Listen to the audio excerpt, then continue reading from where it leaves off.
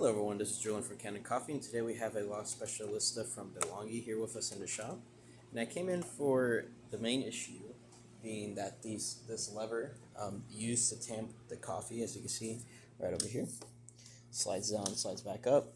Actually, a lot of the plastic pieces that broke off, you can kind of see a little bit of it where it kind of moves around there, and also all those chunks of plastic were inside of the machine, causing issues with the lever not wanting to retract all the way and hit the micro switch, which in turn wouldn't allow you to tamp, or grind.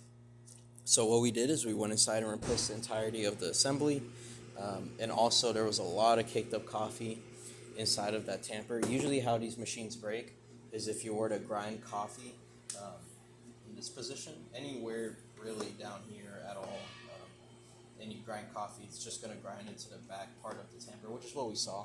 There's a lot of built up coffee behind the actual tamper, and since the tamper only goes up and down, if you were to push this all the way down and grind, it'll cause a lot of issues there.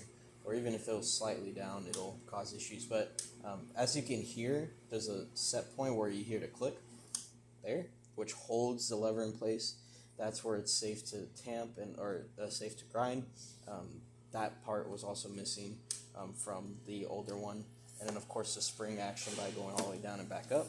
Now you do have to go, of course, the half of the way back up all the way. But the first tamp down here, this tamp, that spring action was not there originally, or with the broken lever. So we did fix the entirety of that assembly, so we're just going to grind some quick coffee real quick.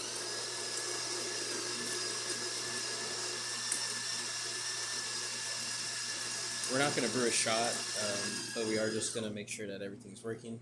It's asking us to tamp, so we're going to go down and tamp.